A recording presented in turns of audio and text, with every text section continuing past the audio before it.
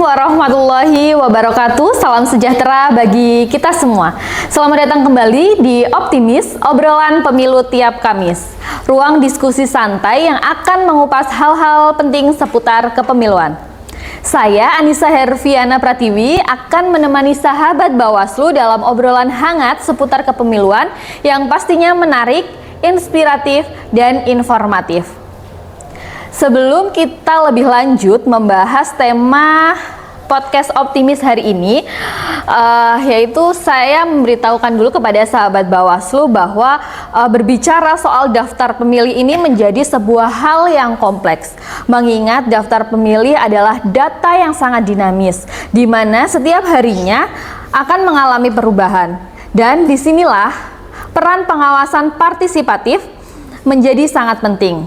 Dan pada bulan Agustus lalu, Bawaslu Provinsi Jawa Tengah telah membentuk sebuah komunitas bernama Laskar Jaga Hak Pilih, yang anggotanya yaitu berasal dari peserta P2P atau Pendidikan Pengawas Partisipatif yang berasal dari berbagai kabupaten kota di Jawa Tengah. Dan di Banjarnegara sendiri terdapat 2 anggota yang turut hadir mengikuti program P2P dan menjadi anggota dari komunitas Laskar Jaga Hak Pilih yang saat ini sudah hadir di tengah-tengah kita semua, yaitu yang pertama Mbak Hafnia Turohmah. Selamat siang Mbak Hafnia. Selamat siang Mbak Anissa. Dan yang kedua yaitu Mbak Nazil Muhsinal Hikmah. Betul ya? Ya, selamat siang Mbak Nazil. Selamat siang. Iya, selamat siang. Gimana kabarnya ini? Sehat? Alhamdulillah sehat. Alhamdulillah sehat ya. Kemarin habis ikut program P2P ya di Semarang ya. Nah, tema podcast kita pada siang hari ini yaitu Laskar Jaga Hak Pilih, Semangat Baru Pengawas Partisipatif. Dan Mbak Hafnia dan Mbak Nazil ini sebagai 2 orang pemuda dari Banjarnegara yang mewakili Banjarnegara menjadi anggota dari Laskar Jaga Hak Pilih ya. Mungkin sebelum lebih lanjut kita berbicara soal komunitas, berbicara soal pengawasan partisipatif, bisa diceritakan sedikit kepada sahabat Bawaslu yang ada di rumah tentang latar belakang masing-masing nih sebelum mengikuti pendidikan pengawasan partisipatif. Boleh dimulai, mau dari siapa? Mbak Hafnia atau Mbak Nazil? Kita santai aja ya Mbak ya. Oke. Terima kasih atas kesempatan yang telah diberikan oleh Bawaslu Kabupaten yang telah mengundang saya dalam podcast kali ini. Sebelumnya perkenalkan, saya Hafnia Turohmah, saya asli dari orang Banjarnegara. Dan cerita singkat tentang latar belakang mulai dari pendidikan mungkin ya. Yeah. Saya lulus S1 sejak tahun 2019 dan di tahun 2020 pada saat itu sebelum lulus dari S1 saya sudah aktif di beberapa organisasi dan saya selesai S1 boyong ke Banjarnegara.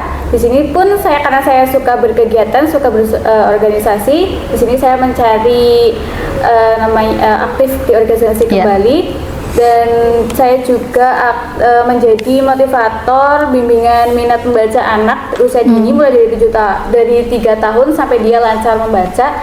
Dan di tahun 2020 pada saat itu ada pendaftaran sekolah kader pengawas partisipatif yang diselenggarakan oleh Bawaslu RI, dan alhamdulillah saya lolos dari sekian banyak peserta dan dilakukan secara daring karena pada saat itu musim pandemi COVID ya. Musim COVID dan di tahun yang sama juga saya diberikan kesempatan untuk mengikuti SKPP secara luring atau tatap muka ya, dengan protokol kesehatan yang sangat ketat, di forum memakai masker dan sebagainya.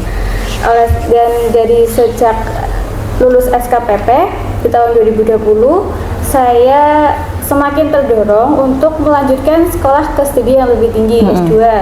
Saya melanjutkan S2 saya di Unsik Wonosobo, dan selama menempuh perjalanan S2 saya aktif di beberapa organisasi dan di pengawasan juga. Beberapa kali saya dan teman-teman alumni SKPP diundang oleh Bawaslu Kabupaten ataupun provinsi di sosialisasi kegiatan sosialisasi yang diadakan oleh Bawaslu.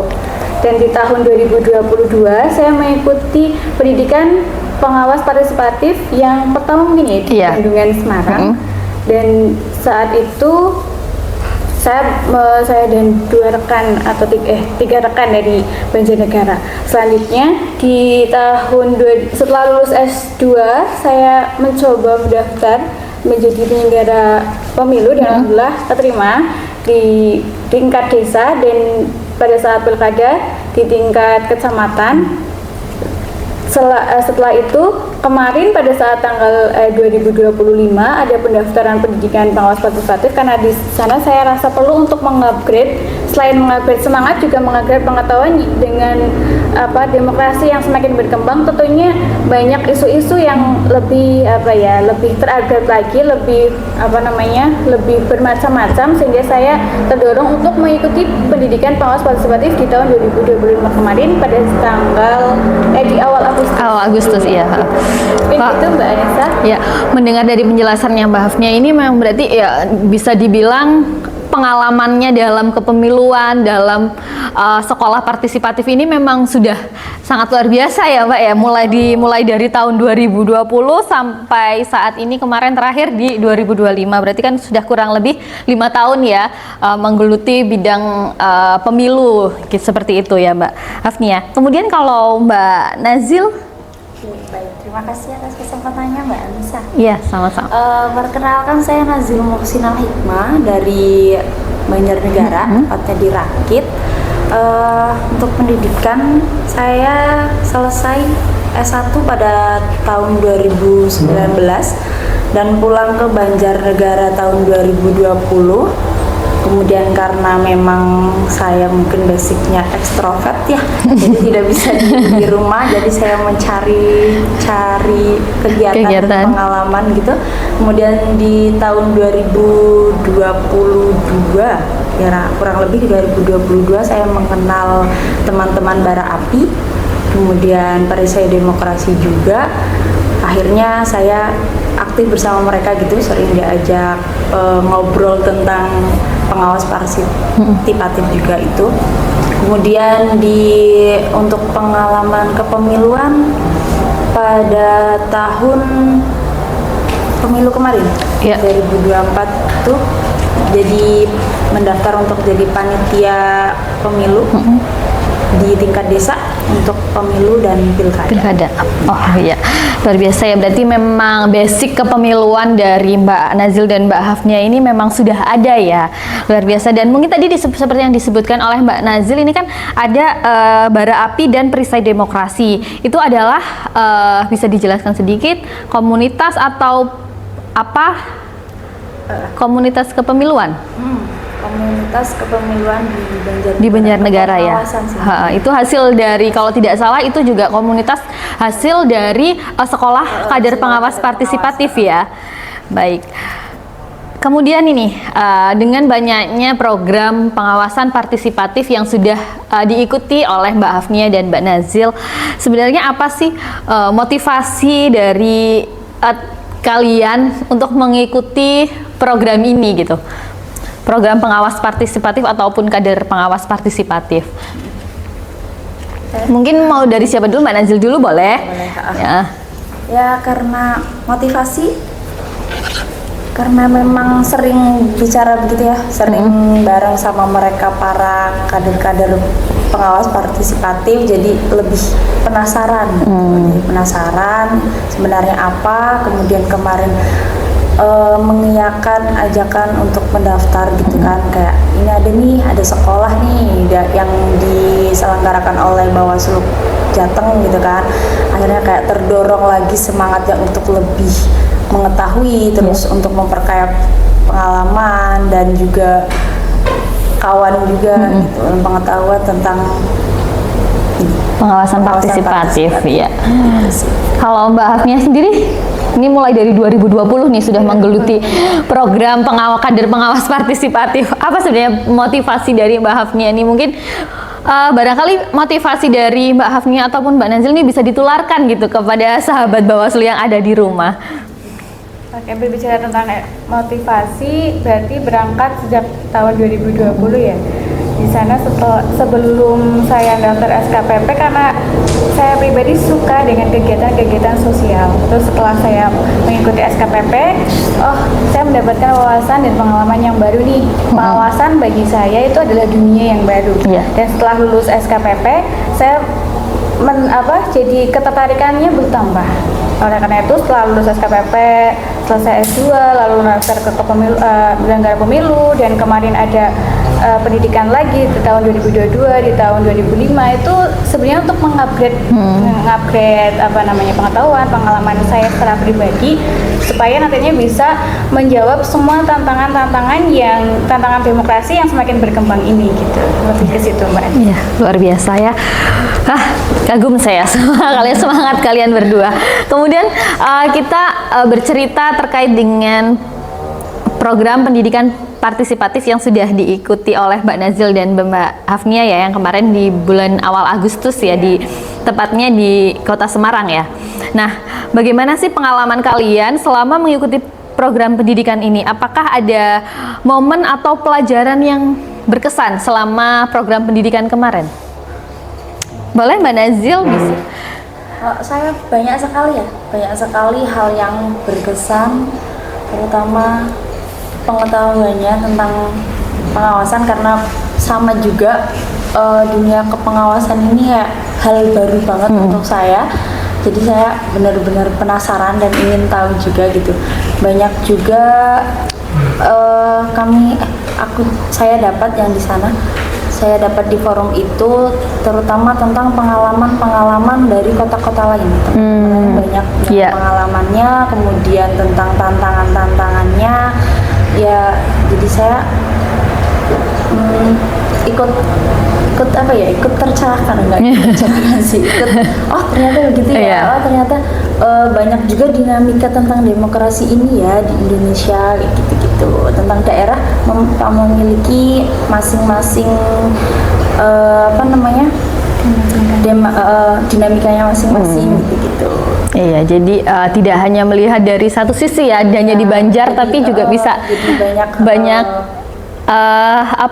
insight baru dari berbagai kabupaten kota ya. Iya. Berarti semua peserta yang terlibat itu memang dari 35 kabupaten kota yang di Jawa Tengah ya? Jawa Tengah, kurang perwakilan.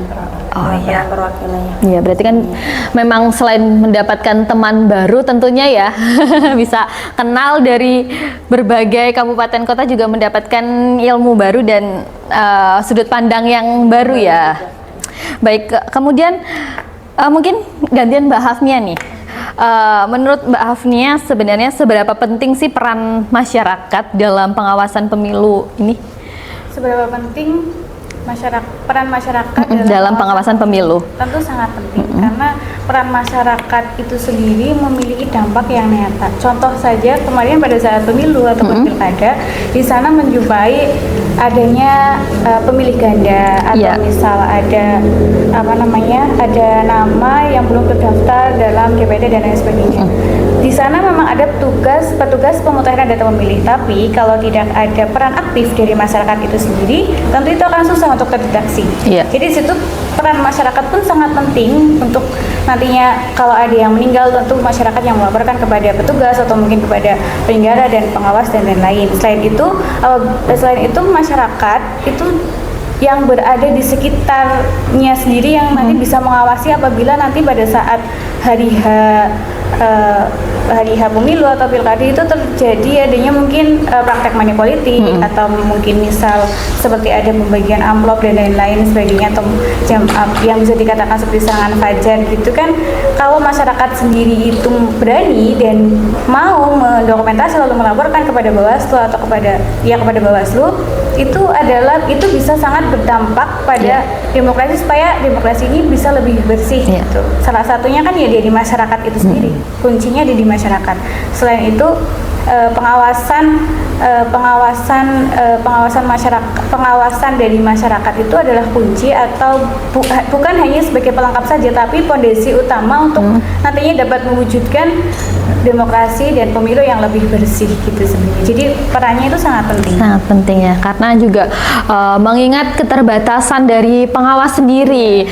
Kita tidak mungkin dengan jumlah pengawas yang terbatas untuk mengawasi seluruh wilayah Jadi memang saya sangat setuju sih, peran dari masyarakat ini memang sangat penting ya dalam pengawasan.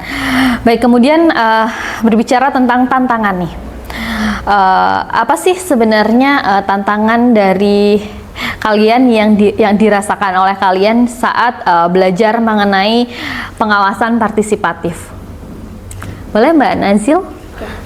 Kalau tantangan bagi saya sendiri ya, ada internal dan eksternal. Kalau internal tuh mungkin saya kayak merasa telat melek tentang pengawasan partisipatif itu. Telat melek itu kemudian kalau dari eksternalnya sendiri, SDM juga termasuk tantangan karena walaupun sekarang sudah eranya era digital, tapi masih juga jarang masyarakat yang melek tentang pengawasan.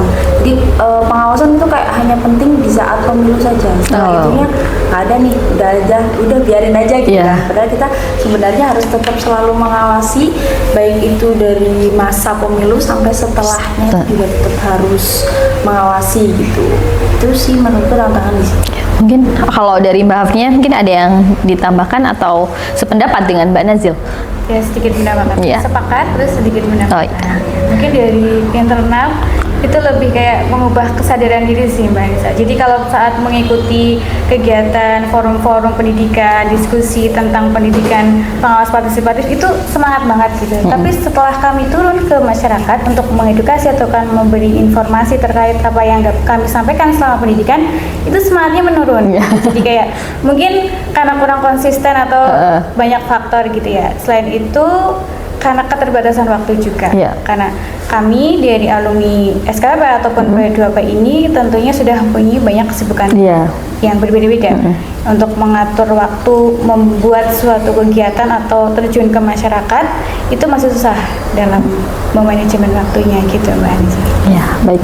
Tadi menyambung dari yang sudah disampaikan oleh Mbak Nazil, kan tadi berbicara terkait dengan kegiatan atau pengawasan pasca pemilu ya Mbak, bahwa Bawaslu ini tetap bekerja nih pasca pemilu, salah satunya pada tahapan pemutakhiran data pemilih berkelanjutan, karena tahapan ini tetap dilangsungkan dan Bawaslu juga turut serta dalam pengawasan.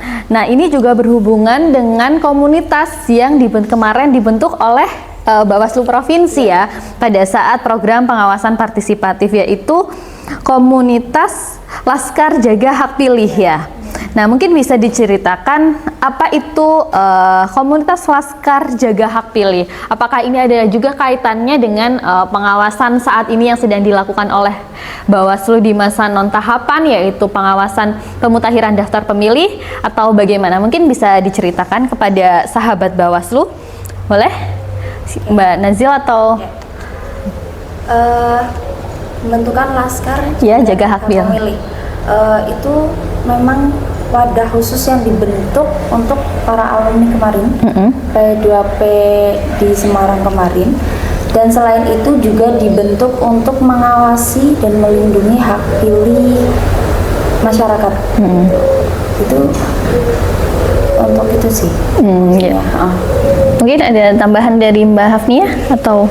Ya, sekali jaga hak pilih itu selain untuk kita dibentuk sebagai untuk benar-benar menjaga hak pilih dari masyarakat, itu juga nanti kita bisa berkolaborasi dengan Bawaslu ataupun KPU dalam kegiatan uji petik dalam proses pengawasan, itu namanya pemutakhiran daftar pemilih berkelanjutan. Nanti di sana kami bisa membantu untuk turun ke lapangan langsung kepada warga, mengecek apakah data sudah sesuai atau belum gitu. Jadi lebih ke situ. Iya, berarti memang ini ya mendukung proses pengawasan pemutakhiran daftar pemilih yang saat ini sedang dilakukan itu ya.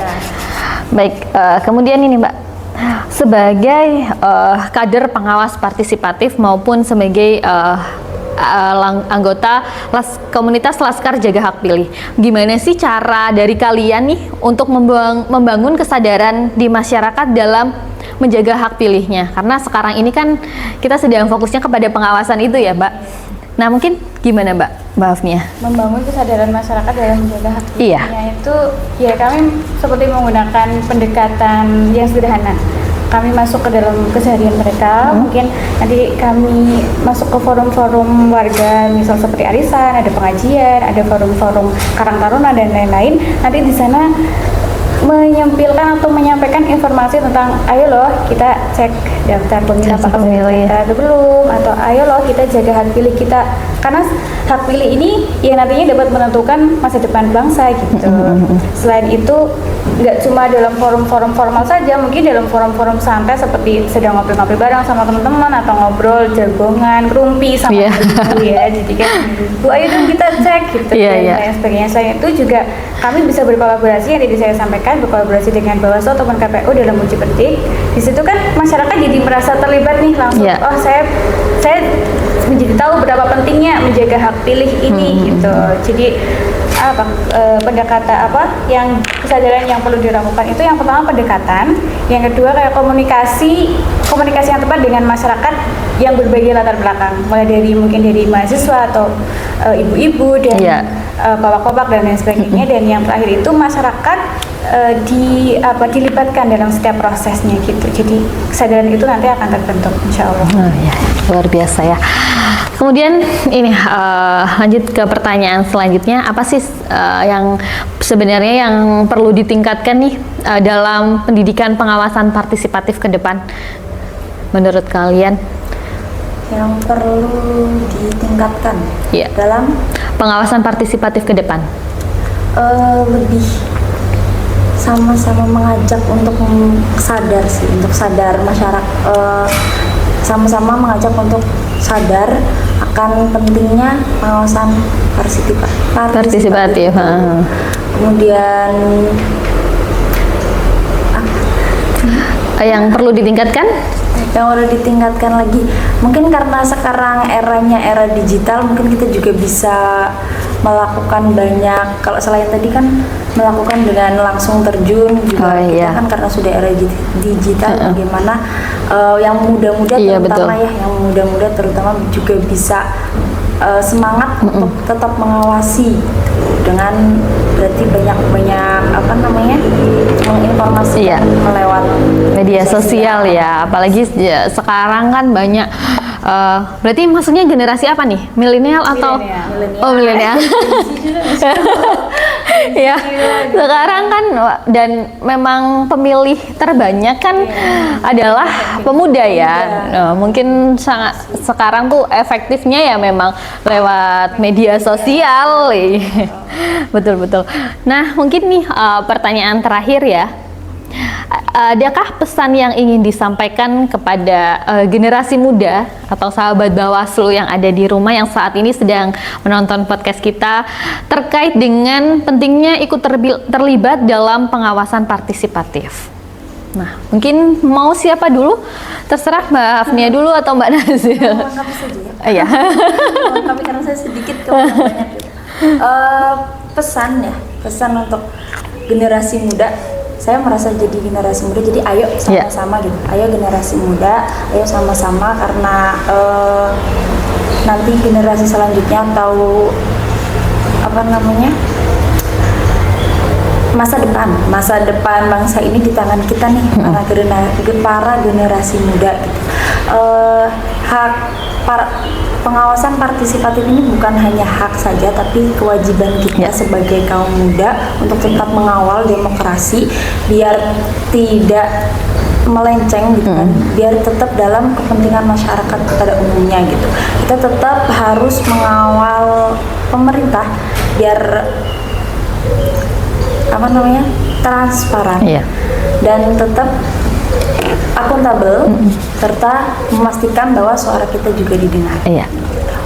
Luar biasa. Mungkin dari Mbak Hafnia, pesan untuk para pemuda terkait dengan pentingnya ikut terlibat dalam pengawasan partisipatif. Oke, terima kasih.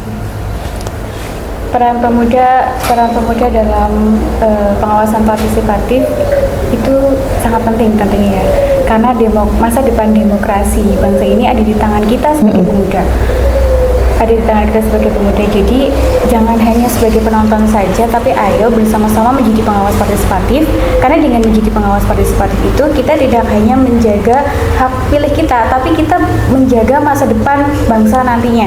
Gitu. Jadi karena pemuda itu memiliki banyak power, memiliki banyak energi, memiliki banyak keberanian, memiliki idealisme yang tinggi. Jadi karena modal itu sudah sangat berharga, itu sudah sangat cukup untuk dapat mewujudkan demokrasi yang bermartabat, demokrasi yang berintegritas. Jadi jangan menunggu nanti, tapi lakukan sekarang, mulai dari sekarang. Ayo bareng-bareng menjadi pengawas partisipatif, ngajak orang-orang di sekitar kita untuk ayo lo nyoblos besok pada saat pemilu, ayo lo cek DPT online atau DPT manual gitu, dan kalau apabila ada pelanggaran laporlah kepada Bawaslu dengan menyertakan dokumentasi dan lain-lain. Karena satu gerakan pemuda itu bisa, satu langkah kecil gerakan dari pemuda itu bisa menimbulkan efek yang sangat luar biasa gitu, dan bisa menyelamatkan demokrasi gitu. Dan untuk mewujudkan demokrasi yang adil, jujur, berintegritas, bermartabat itu tidak cukup dari tangan Bawaslu ataupun penyelenggara yang lain, tapi juga dari pemuda itu sendiri. Oleh karena itu, mari bersama-sama kita menjadi pengawas partisipatif untuk mewujudkan pemilu pilkada yang berintegritas, yang bermartabat. Amin. Luar biasa sekali ya semangat dari Mbak Hafnia dan semangat dari Mbak Nazil. Semoga tertular kepada sahabat Bawaslu dan semakin lebih banyak pemuda yang sadar akan pentingnya pengawasan partisipatif, dan semakin banyak kader-kader pengawas partisipatif yang nanti lahir di Kabupaten Banjarnegara suatu saat. Jadi ketika nanti setelah podcast ini tidak hanya Mbak Nazil atau Mbak Hafnia, tapi juga ada pemuda-pemuda lain yang datang ke podcast ini untuk menularkan semangat kader pengawasan partisipatif. Seperti itu ya Mbak. Terima kasih waktunya untuk Mbak Hafnia dan Mbak Nazil sudah memberikan semangat baru kepada kita semua. Semoga apa yang tadi sudah disampaikan oleh Mbak Hafnia dan Mbak Nazil bisa menjadi wawasan baru atau insight baru bagi sahabat Bawaslu dan menjadi amal jariah bagi kalian berdua. Ya, terima kasih. Dan kepada sahabat Bawaslu yang ada di rumah, saya Anissa pamit undur diri, dan jangan lupa ikuti seluruh media sosial Bawaslu Kabupaten Banjarnegara agar sahabat Bawaslu tidak ketinggalan tentang info-info menarik seputar kepemiluan. Terima kasih. Wassalamualaikum warahmatullahi wabarakatuh.